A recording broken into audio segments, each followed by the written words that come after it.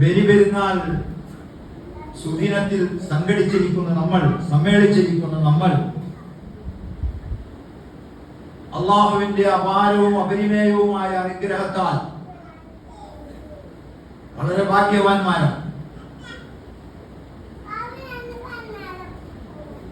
നമ്മളെ പോലെ ഈ സുദിനത്തിൽ ആഘോഷിക്കാനും ആഹ്ലാദിക്കാനും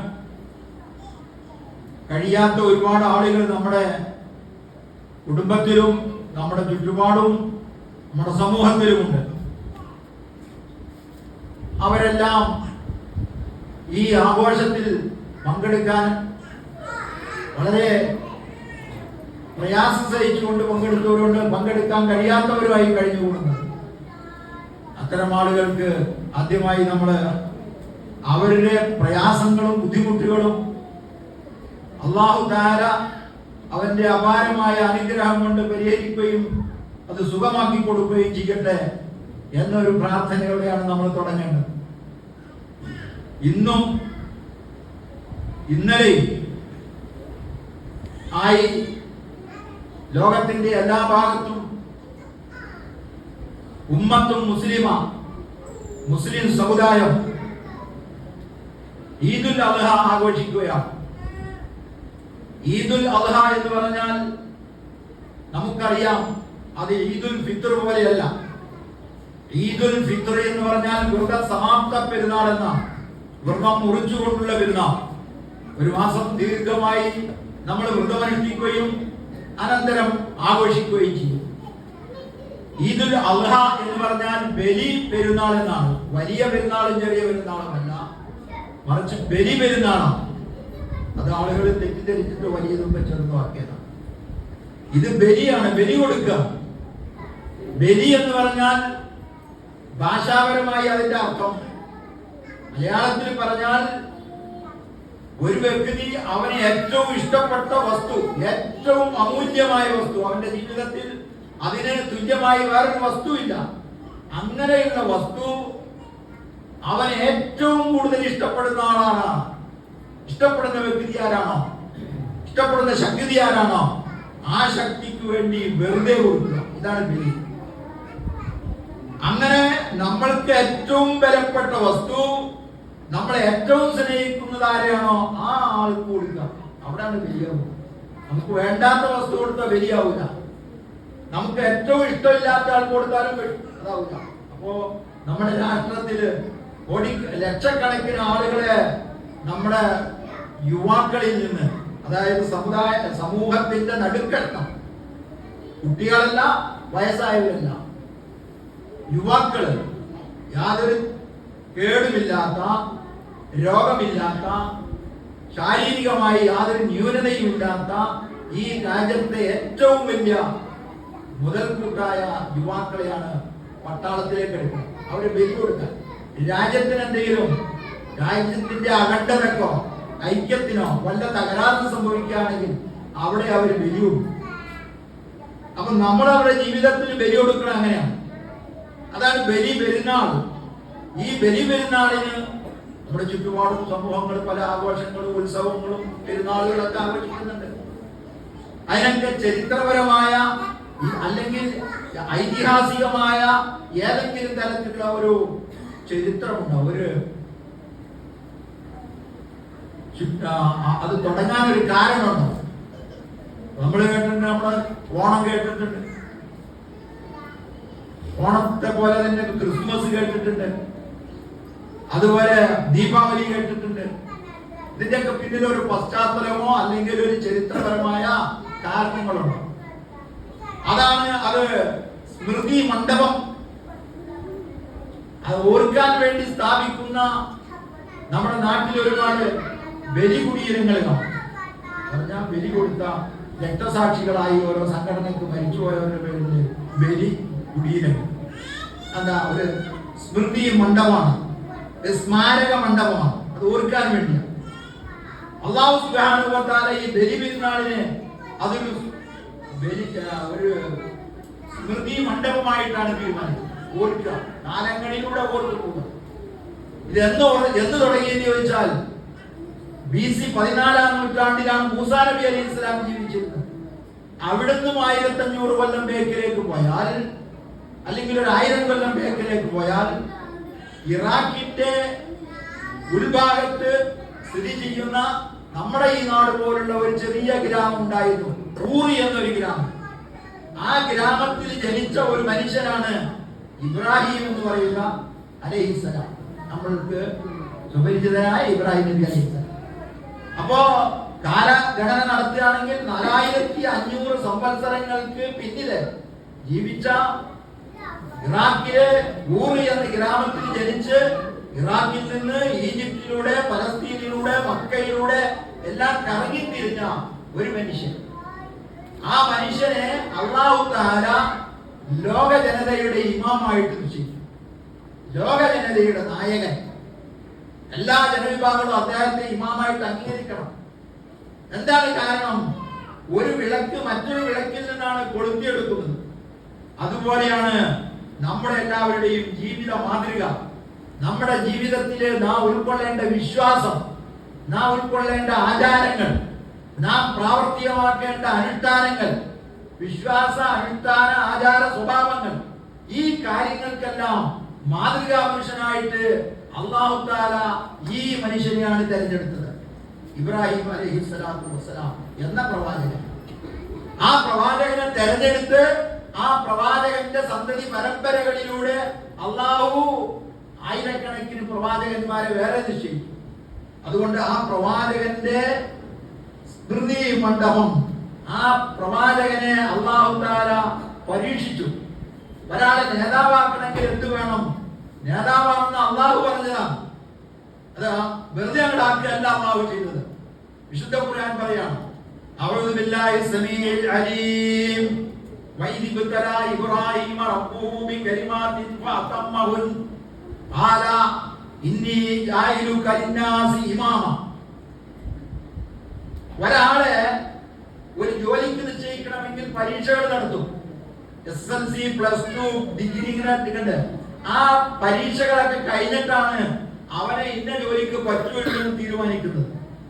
അല്ലാഹു ഇബ്രാഹിം നബി അലൈഹിസ്സലാത്തു വസ്സലാമിനെ മാനവരാശിയുടെ ഇമാമാക്കാൻ പറ്റുമോ ഇല്ലെന്ന് ചില പരീക്ഷണങ്ങൾ നടത്തി. ഖുർആൻ അങ്ങനെ പറയുന്നു, വൈദിബുത്തല ഇബ്രാഹിമ റബ്ബുഹു ബികലിമാത്തിൻ. പല പരീക്ഷണങ്ങൾ കൊണ്ടും ഇബ്രാഹിമിനെ നമ്മൾ പരീക്ഷിച്ചു. അങ്ങനെ പരീക്ഷിച്ചു കഴിഞ്ഞപ്പോൾ ആ പരീക്ഷയിലെല്ലാം 100ന് 100 മാർക്ക് വാങ്ങി, അല്ലെങ്കിൽ 101 മാർക്ക് വാങ്ങി. 99 ആയില്ല. എല്ലാ പരീക്ഷയിലും നമ്മൾ ഇന്നലെ +2ന്റെ റിസൾട്ട് വന്നു. 1200-ൽ 1200 വാങ്ങിയ കുട്ടികളുണ്ട്, താഴേട്ട് വാങ്ങിയ കുട്ടികളുണ്ട്. അവ SSLC വേറെ പരീക്ഷയ്ക്ക് വരുമ്പോൾ റിസൾട്ട് നോക്കുമ്പോൾ അങ്ങനെ 100% മാർക്ക് വാങ്ങിയ കുട്ടികൾക്ക് പ്രത്യേക പരിഗണന ഉണ്ട്. ഇതുപോലെ അല്ലാഹു തആല മനുഷ്യരാശിയുടെ നേതാവാകാൻ പറ്റുമോ എന്ന് പരീക്ഷിച്ചു. ആ പരീക്ഷണം എവിടെന്നാ തുടങ്ങിയെന്നറിയോ? സ്വന്തം വീട്ടിൽ നിന്ന്, സ്വന്തം നാട്ടിൽ നിന്ന്, അങ്ങനെ നാടായ നാടുകളൊക്കെ ചുറ്റി അവിടെയെല്ലാം അദ്ദേഹം ഏറ്റുമുട്ടിയ പരീക്ഷണങ്ങൾ, അദ്ദേഹം തരണം ചെയ്ത വൈതരണികൾ, ഇതെല്ലാം പരീക്ഷണങ്ങളായിരുന്നു. ആ പരീക്ഷണങ്ങളിലെല്ലാം 1ാം നമ്പറായിട്ട് ഇബ്രാഹിം നബി അലൈഹിസ്സലാം പാസ്സായി എന്ന് അല്ലാഹു പറയുന്നത്. ഇതിബ്തല ഇബ്രാഹിമ റബ്ബുഹു ബികലിമാത്തിൻ ഫഅതമ്മഹുൻ. അദ്ദേഹം അത് പൂർത്തിയാക്കി. അപ്പോൾ അല്ലാഹു പറഞ്ഞു, ഖാല, അല്ലാഹു ഇബ്രാഹിം നബിയോട് പറഞ്ഞു, ഇന്നി ജാഇലുക ലിന്നാസി ഇമാമ. നിന്നെ ഞാൻ പുരുഷാന്തരങ്ങളുടെ, കാലാകാലങ്ങളിൽ ഈ ഭൂമുഖത്ത് ജനിച്ചു വരുന്ന മുഴുവൻ ജനങ്ങളുടെയും ഇമാമായിട്ട് ഞാൻ നിന്നെ നിശ്ചയിച്ചിരിക്കുന്നു എന്ന് പറഞ്ഞു. അപ്പൊ ഇബ്രാഹിം നബി അലൈഹിസ്സലാം, ഏതൊരു പിതാവിനുണ്ടാവും, പിതാവിനേക്കാൾ കൂടുതൽ മക്കൾ വളർന്നായിരിക്കും പിതാവിന്റെ ആഗ്രഹം. എപ്പോഴും അങ്ങനെയാണ്. എപ്പോഴും പിതാക്കന്മാര്, മാതാപിതാക്കള് മക്കളുടെ വളർച്ചയ്ക്ക് വേണ്ടി, മക്കളുടെ ഭാവിക്ക് വേണ്ടി മക്കൾ വളർന്നു കാണാൻ ആഗ്രഹിക്കും. ഇബ്രാഹിം നബിക്ക് ഇമാമത്ത് എന്നൊരു പദവി കിട്ടിയപ്പോൾ ഇബ്രാഹിം നബി പറഞ്ഞു, മാനവരാശിയുടെ, പുരുഷാന്തരങ്ങളുടെ കാലാകാലങ്ങളിൽ ലോകത്തുണ്ടാകുന്ന മുഴുവൻ ജനതയുടെയും ഇമാമായി നിന്നെ ഞാൻ നിശ്ചയിക്കുന്നു എന്ന് പറഞ്ഞപ്പോ പടച്ചവനെ എന്റെ മക്കൾക്ക് കൂടി, എന്റെ സന്തതി പരമ്പരകൾക്ക് കൂടി, അതാ പിതാവിന്റെ ആഗ്രഹം, എന്റെ സന്തതി പരമ്പരകൾക്ക് കൂടി ആ അനുഗ്രഹം നീ അനുവദിക്കണേ വമിൻ ദുർരിയത്തി, അല്ലാഹു പറഞ്ഞു പറ്റില്ല. ലാ യനാലു അഹ്ദിൽ ളാലിമീൻ, നിന്റെ സന്തതി പരമ്പരകളുടെ കൂട്ടത്തിൽ നിന്നെ പോലെ ജീവിക്കുന്ന ആളുകളുണ്ടോ അവരെ പറ്റുള്ളൂ, എല്ലാവർക്കും കൊടുക്കാൻ പറ്റുന്ന ഒന്നല്ല. ലാ യനാലു അഹ്ദിൽ ളാലിമീൻ, ഞാൻ ഈ പറഞ്ഞ കരാറ് മക്കളുടെ കൂട്ടത്തിൽ അക്രമികളായ അനുസരണമില്ലാത്ത മാർഗഭ്രംശം സംഭവിച്ച ആളുകളുണ്ടോ അവർക്കത് കിട്ടുക എന്ന് അല്ലാഹു തആല. ഞാൻ പറഞ്ഞു വരുന്നത് ഇങ്ങനെയുള്ള പരീക്ഷണങ്ങൾ എവിടെന്നാ തുടങ്ങുന്നത്? വീട്ടിൽ നിന്ന്, നാട്ടിൽ നിന്ന്. അങ്ങനെ ഇബ്രാഹിം നബി അലൈഹിസ്സലാത്തു വസ്സലാം അനവധി പരീക്ഷണങ്ങൾ ശുദ്ധ ഖുർആനിലെ 25 സൂറത്തുകളിൽ 114 സൂറത്തിൽ 25 സൂറത്തുകളിൽ ഇബ്രാഹിം നബി അലൈഹിസ്സലാമിന്റെ ജീവിത കഥ സവിസ്തരം വിവരിച്ചു പേജുകൾ. ഈ 25 സൂറത്തുകളിൽ എവിടെന്നാ തുടങ്ങുന്നത്? സൂറത്തുൽ ബഖറയിൽ നിന്ന് തുടങ്ങുന്ന ആദ്യത്തെ വചനമാണ് ഞാൻ ഈ പറഞ്ഞത്. സൂറത്തുൽ ബഖറയില് ആദ്യമായി ഇബ്രാഹിം നബി അലൈഹിസ്സലാമിനെ സ്മരിക്കുന്ന അല്ലാഹു പറയുന്ന ആദ്യത്തെ വചനം അത് ഇങ്ങനെ ഖുർആനിലൂടെ നമ്മൾ പരിധി വന്നാൽ അവസാനമായി സൂറത്തുൽ അലയിൽ നമ്മൾ നിസ്കാരത്തിൽ കേട്ടില്ലേ, വൽആഖിറതു ഖൈറുൻ വഅബ്ഖാ ഇന്ന ഹാദാ ലഫി സുഹുഫിൽ ഊലാ സുഹുഫി ഇബ്രാഹീമ വമൂസ. ഈ സന്ദേശം നിങ്ങൾക്ക് പ്രവാചകനായ മുഹമ്മദിന് സല്ലല്ലാഹു അലൈഹി വസല്ലം മുഹമ്മദിലൂടെ കൈമാറിയ ഈ സന്ദേശം, ഈ ആദർശം, ഇത് മുഹമ്മദിന്റെ സ്വന്തം വകയല്ല, മുഹമ്മദ് നബി സ്വന്തം കൊണ്ടുവന്നല്ല.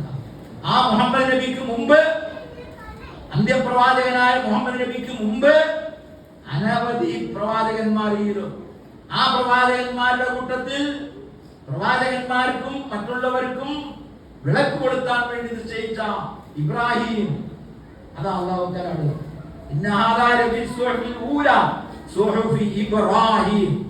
ആദ്യം അങ്ങനെ 69 സ്ഥലത്ത് ഇബ്രാഹിം ഇബ്രാഹിം ഇബ്രാഹിം എന്ന് അല്ലാഹു തആല വിശുദ്ധ ഖുർആനിൽ ഇങ്ങനെ പറഞ്ഞത്. ഇബ്രാഹിം നബി അലൈഹി സ്വലാമിന്റെ ചരിത്രമാണ്. രണ്ട് പെരുന്നാളാണ് അല്ലാഹു തആല മാനവരാശിക്ക് വേണ്ടി നിശ്ചയിച്ചത്. ഈ രണ്ട് പെരുന്നാളിൽ ഒരു പെരുന്നാളിന്റെ ചരിത്ര പശ്ചാത്തലമാണ് ഞാൻ ഈ പറഞ്ഞത്. ഈ പശ്ചാത്തലം ഇബ്രാഹിം നബി അലൈഹി സ്വലാമിന്റെ ജീവിതവുമായി ബന്ധപ്പെട്ടതാണ്. ബന്ധപ്പെട്ടത് എന്താണ്? എന്നെ പേര് കൊടുത്തു ഈദുൽ അദ്ഹ, ബലിയുടെ പേര്. സത്യവിശ്വാസിയാണെങ്കിൽ അവൻ അവന്റെ ജീവിതം അല്ലാഹുവിന്റെ മാർഗത്തിൽ ബലി കൊടുക്കണം. ബലി കൊടുക്കണം. അവനവന്റെ സമ്പത്ത് ബലി കൊടുക്കണം. അവനവന്റെ മക്കളെ ബലി കൊടുക്കണം. അവനവന്റെ ഭാര്യയെ ബലി കൊടുക്കണം. ഭർത്താക്കന്മാരെ ബലി കൊടുക്കും. എങ്ങനെ ബലി കൊടുക്കാം? അള്ളാഹുവിന്റെ തൃപ്തിക്കനുസരിച്ച് ജീവിച്ചോളാം എന്നാണ് പ്രതിജ്ഞ. അതാണ് ബലി. ആ ബലി അങ്ങനെ കൊടുത്തിരുമ്പോൾ ആ ബലിയുടെ പ്രകടമായ പ്രഖ്യാപനമാണ്, പ്രഘോഷണമാണ് അല്ലാഹു അക്ബർ അല്ലാഹു അക്ബർ അല്ലാഹു അക്ബർ ലാ ഇലാഹ ഇല്ലല്ലാഹു അല്ലാഹു അക്ബർ അല്ലാഹു അക്ബർ വലില്ലാഹിൽ ഹംദ്. അല്ലാഹുവാണ് എല്ലാത്തിനേക്കാളും വലുത്. അല്ലാഹുവാണ് എല്ലാത്തിനേക്കാളും വലുത്. അല്ലാഹുവാണ് എല്ലാവരേക്കാളും ഉത്തമൻ. അല്ലാഹു അക്ബർ അല്ലാഹു അക്ബർ ലാ ഇലാഹ ഇല്ലല്ലാഹു അല്ലാഹു അക്ബർ അല്ലാഹു അക്ബർ വലില്ലാഹിൽ ഹംദ്. ഇത് ജീവിതത്തിൽ അങ്ങ് പ്രഖ്യാപിച്ചു കഴിഞ്ഞാൽ അവന്റെ നടത്തവും അവന്റെ ഇരുത്തവും അവന്റെ ഉറക്കവും അവന്റെ ഭക്ഷണവും അവന്റെ സാമൂഹികവും സാംസ്കാരികവുമായ എല്ലാ ജീവിതവും അതിനനുസരിച്ച് ഊട്ടിയുറപ്പിക്കപ്പെടും. അതിനനുസരിച്ച് മൂഷയിൽ വാർക്കപ്പെടും. അതാണ് ആ മുദ്രാവാക്യത്തിന്റെ. ഈ മുദ്രാവാക്യമാണ് രണ്ട് പെരുന്നാളിൽ നമ്മൾ മുഴക്കുന്നത്. ഈ മുഴക്കുന്നത് ആത്മാർത്ഥമായിട്ടായാൽ പിന്നെ ജീവിതത്തിൽ അതിനനുസരിച്ച് മാറ്റങ്ങൾ. ആത്മാർത്ഥമല്ല, ഹൃദയവും നാവുമായിട്ട് ബന്ധമില്ല, അത് നമുക്കറിയാം. ഹൃദയത്തിനനുസരിച്ച് ആയിക്കൊള്ളുന്നില്ല ഒരാൾ പറയുന്നത്. നാവിനും ഹൃദയത്തിനും ബന്ധമില്ല. ഒരു പ്രതി കൂട്ടിൽ നിൽക്കുമ്പോൾ മലയാളിയാണെങ്കിലും ജഡിച്ച് ചോദിക്കുകയാണെങ്കിൽ ഞാൻ ഒന്നില്ല എന്ന് പറയുള്ളൂ. എന്താ കാരണം? അവന്റെ നാവ് ഹൃദയമായിട്ട് ബന്ധമില്ല. അവർക്ക് തോന്നിയത് പറഞ്ഞു. അങ്ങനെ പറയുന്ന പറച്ചിലല്ല ഇത്. ഇത് ആത്മാർത്ഥമായിട്ട് ഇബ്രാഹിം നബി അലൈഹി ഇസ്ലാമിനെ മാതൃകയായിട്ട് അല്ലാഹു തആല ഇബ്രാഹിം നബി അലൈഹി ഇസ്ലാം വാപ്പയോട് പറഞ്ഞു,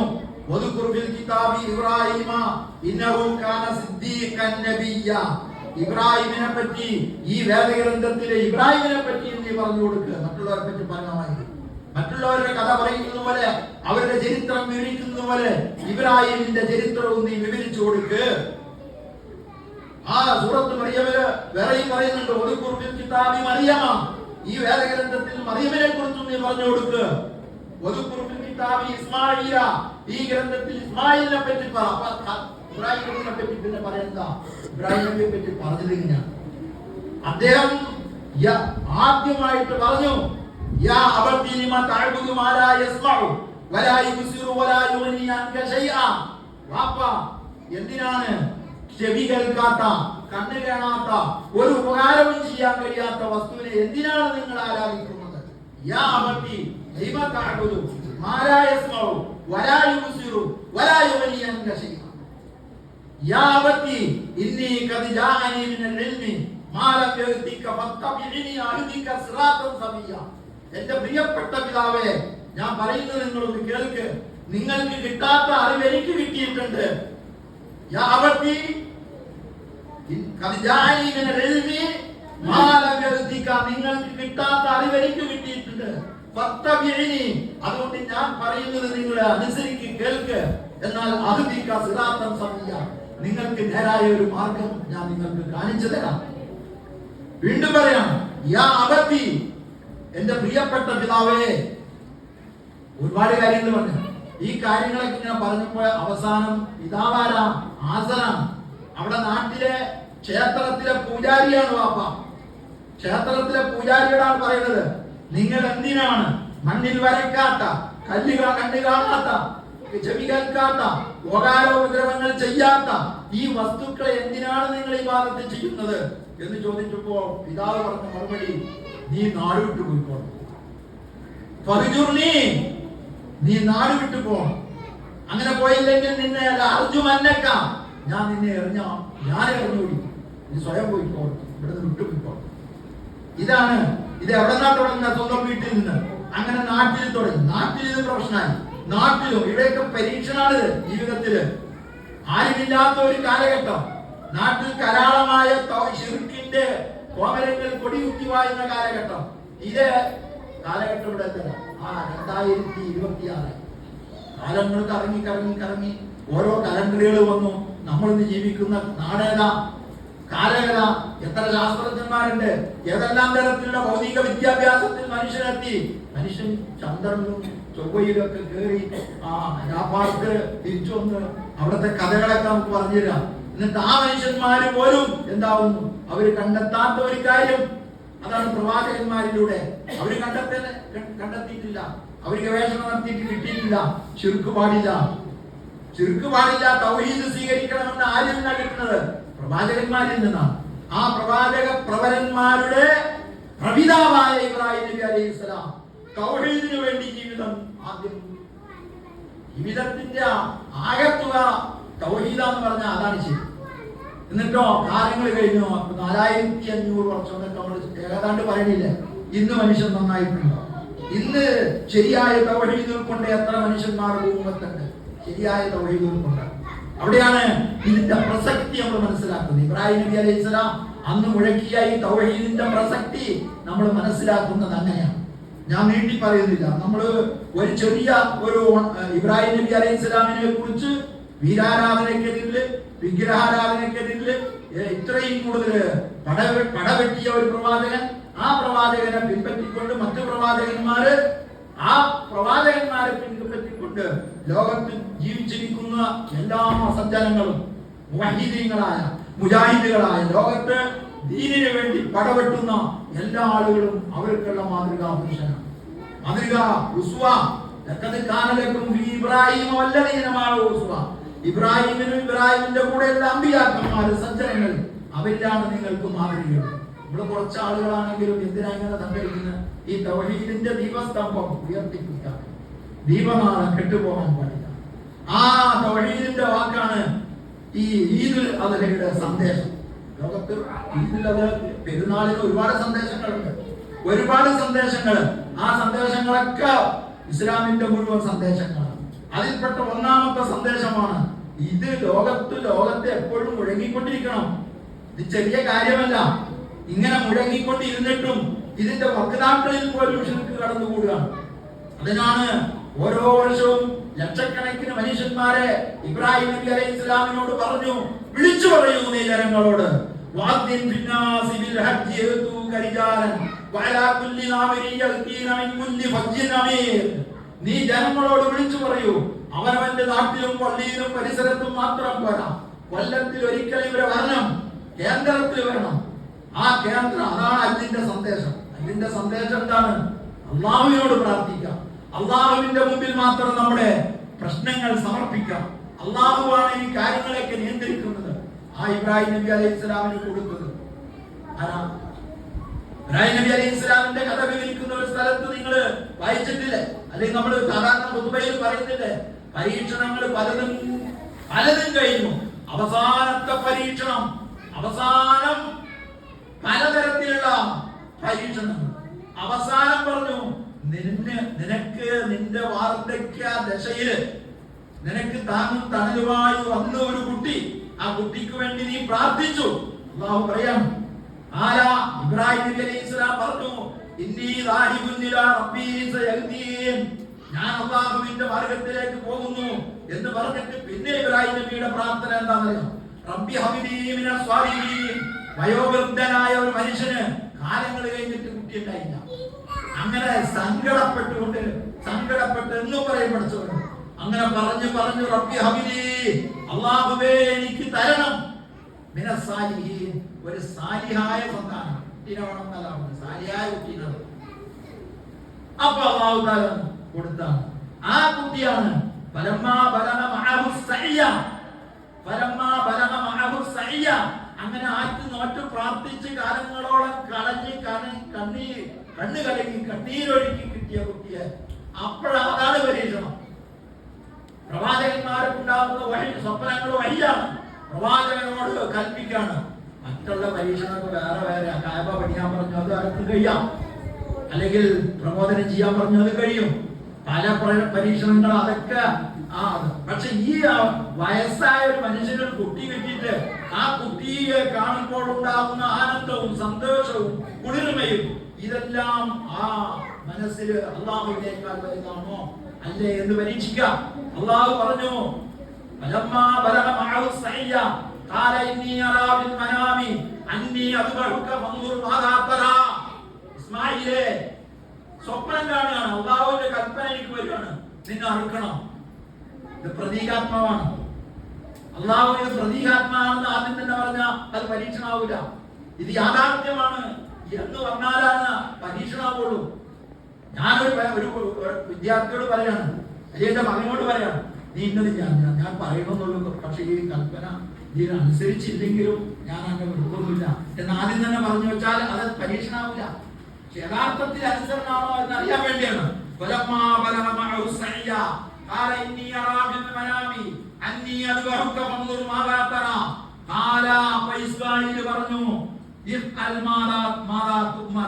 നിങ്ങളോട് കൽപ്പിക്കുന്നത് എന്താണോ അത് നിങ്ങൾക്ക് നടപ്പാക്കിക്കോ, എന്നെ നിങ്ങൾക്ക് ക്ഷമാശാലികളിൽ പെട്ടവനായി കാണാം എന്ന് പറഞ്ഞ് ആ കുട്ടി. അപ്പോൾ പ്രവാചകൻ അങ്ങനെ രണ്ടുപേരും 100% പരീക്ഷയിൽ. മാത്രമല്ല, വാപ്പ മാത്രമല്ല, മകനും വാപ്പാന്റെ ആശയം, മകനും വാപ്പാന്റെ ആദർശം. വാപ്പ പറയുന്നതിന്റെ അപ്പുറം മകനില്ല. അങ്ങനെ വാപ്പ സന്മാർഗത്തിലാണ്, വാപ്പാക്ക് കിട്ടിയ വഴിയാണ്. അതുകൊണ്ട് നമ്മളോട് കൽപ്പിക്കുന്നത് എന്താണോ എന്നെ ക്ഷമാശാലികളായിട്ട് കാണാം.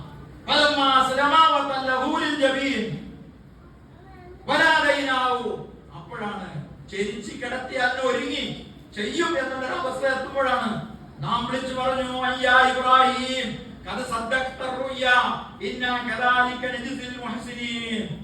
ഇബ്രാഹിം, നീ സ്വപ്നം നിന്നോട് പറഞ്ഞത് സാക്ഷാത്കരിച്ചിരിക്കുന്നു, നീ അത് ചെയ്യും എന്ന് മനസ്സിലായി. ആരെ ബോധ്യപ്പെടുത്താം? അള്ളാഹ്ക്ക് അറിയാത്തതുകൊണ്ടല്ല, ഇബ്രാഹിമിനെ ബോധ്യപ്പെടുത്താം. വേണ്ട എന്ന് പറഞ്ഞിട്ട് അള്ളാഹു ഒരു ആടിനെ വെച്ചു കൊടുത്തു. നീ ഇതിനെ അർത്ഥം കൊടുത്താൽ മതി. ആടിനെ അർത്ഥം കൊടുത്തു. അർത്ഥം കൊടുത്തിട്ട് അതാണ് സ്മരണാമണ്ഡപം എന്ന് ഞാൻ പറഞ്ഞില്ലേ, അന്ന് തുടങ്ങിയ ഈ സ്മൃതി അത് ഇബ്രാഹിം നബി അലൈഹി ഇസ്ലാം ഉയർത്തിയ ആ ബലി അങ്ങനെ ഉയർത്തി അള്ളാഹു അങ്ങനെ സ്ഥാപിച്ചു. എന്നിട്ടോ ഈ ചരിത്ര സംഭവം പിൽക്കാലക്കാരിൽ കാലാകാലങ്ങളിൽ ഇവിടെ അന്ത്യനാൾ വരെ അത് സ്മരണാ മണ്ഡപമായി നിലനിൽക്കും. അല്ലാഹുവിനാണ് എന്ന് പറഞ്ഞിട്ടാണ് അല്ലാഹു ഇത്ര സർട്ടിഫിക്കറ്റ് കൊടുത്ത വേറെ പ്രവാചകന്മാർക്ക് ഓരോ പ്രത്യേകത. ഇബ്രാഹിം നബിക്ക് ഇതേ രീതിയിൽ അല്ലാഹു പ്രാധാന്യം. എന്താകട്ടെ സഹോദരന്മാർ, അതങ്ങനെ ഒരു വശം. മറ്റൊരു വശം ബലി പെരുന്നാളാകട്ടെ ഈദുൽ ഫിത്തർ ആകട്ടെ വരുമ്പോൾ നമ്മൾ ആഘോഷിക്കുകയും നമ്മൾ അതോടെ തന്നെ പെരുന്നാൾ കൊണ്ടാടുകയൊക്കെ ചെയ്യുന്നു. ആ കൂട്ടത്തിൽ ചിന്തിക്കേണ്ട വേറെ കാര്യങ്ങളുണ്ട്. അതാണ് പ്രവാചകൻ തന്റെ ഖുതുബയിൽ ഉണർത്തിയിരുന്നു. ഈ ബലി പെരുന്നാളിന്റെ ഖുതുബയിൽ അള്ളാഹുവിന്റെ ദൂതൻ അറഫയിൽ സമ്മേളിച്ചപ്പോൾ ലോകത്ത് ആദ്യമായി രേഖപ്പെടുത്തപ്പെട്ട മനുഷ്യാവകാശ നിയമം പ്രവാചകൻ അവിടെ പ്രഖ്യാപിച്ചു. മനുഷ്യാവകാശത്തിൽ ആദ്യമായി അള്ളാഹുവിന്റെ പ്രവാചകൻ പറഞ്ഞു, നിങ്ങളെല്ലാവരും ഒരു വാപ്പയിൽ നിന്നും ഒരു പുരുഷനിൽ നിന്നും ഒരു സ്ത്രീയിൽ നിന്നും ജനിച്ചവരാണ്. ആരാകട്ടെ, കറുത്തവനാകട്ടെ വെളുത്തവനാകട്ടെ, ഏത് രാജ്യക്കാരനാകട്ടെ, മനുഷ്യരാശിയിൽ 200ഓളം രാജ്യങ്ങളിൽ പരന്നു കിടക്കുക.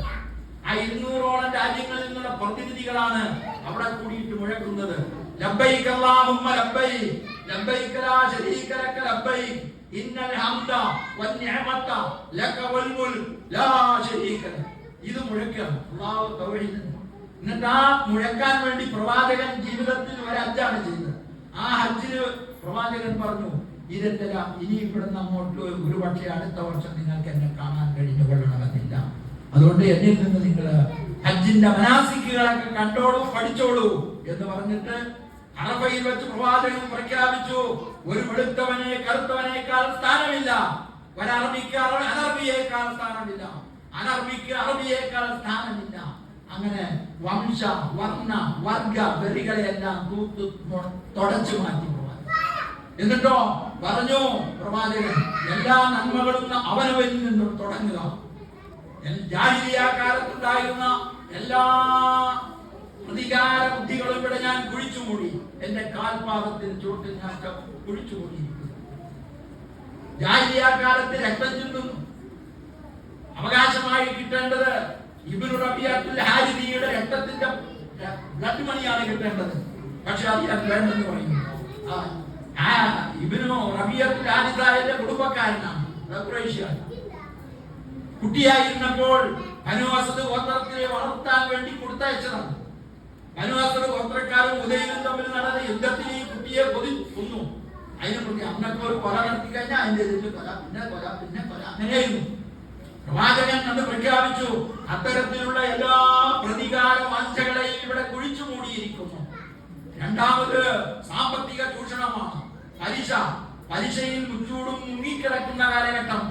പറഞ്ഞു പ്രവാചകൻ, അബ്ബാസ് ബിൻ അബ്ദുൽ മുത്തലിബിന് കിട്ടേണ്ട പലിശയാണ് ഏറ്റവും വലിയ പലിശ. അതിന്റെ വാപ്പയുടെ ജ്യേഷ്ഠനാണ്, മുത്താപ്പൻ. അതിതാ കുഴിച്ചു കൂടിയിരിക്കുന്നു, അതിന് വേണ്ട. എളാപ്പാനോട് പറഞ്ഞു, അതിന്റെ മൂലധനം വാങ്ങിയ മതി, പലിശ വാങ്ങി. എന്നിട്ട് പ്രവാചകൻ പറഞ്ഞു, മൂന്നാമത് പറഞ്ഞത് കുട്ടികളെ, അവിടെ കൂടിയിരിക്കുന്ന 1 ലക്ഷത്തോളം വരുന്ന ആളുകളോട് മൂന്നാമതായിട്ട് പ്രഖ്യാപിച്ചത്, നിങ്ങൾ നിങ്ങളുടെ ഭാര്യമാരോട് അല്ലാഹുവിന്റെ കാര്യത്തിൽ സൂക്ഷിക്കണം.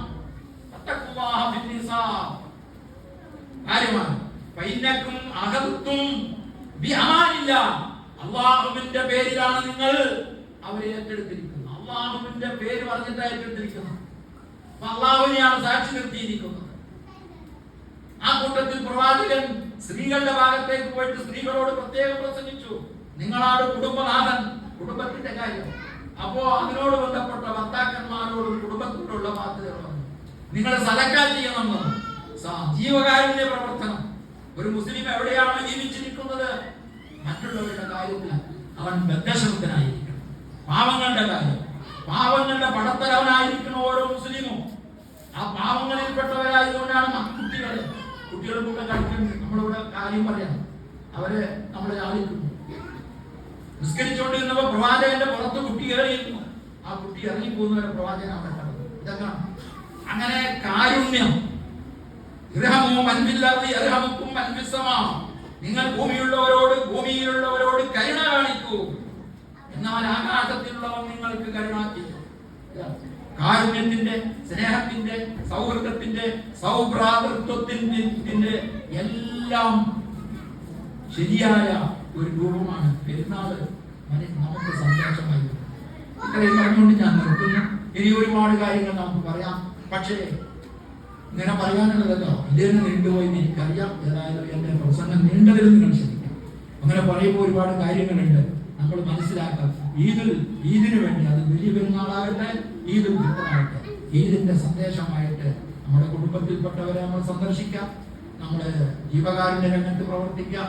അതുപോലെ തന്നെ പ്രവാചകൻ പറഞ്ഞ ഏതെല്ലാം കാര്യങ്ങൾ, കുത്തുബകൾ, ഈ ഹജ്ജത്തുൽ വദാഇന്റെ പ്രസംഗത്തിൽ ഒരുപാട് കാര്യങ്ങൾ പ്രവാചകൻ, അതൊക്കെ ഇവിടെ ആവർത്തിക്കാൻ സമയമില്ല. അതെല്ലാം നമ്മൾ വായിച്ച് പഠിച്ച് ജീവിതത്തിൽ പ്രാവർത്തികമാക്കാൻ ശ്രദ്ധിക്കുക. അങ്ങനെ പ്രാവർത്തികമാക്കാൻ കഴിയും സജ്ജനങ്ങളിൽ അല്ലാതെ നമ്മളെല്ലാവരും ഉൾപ്പെടുത്തട്ടെ.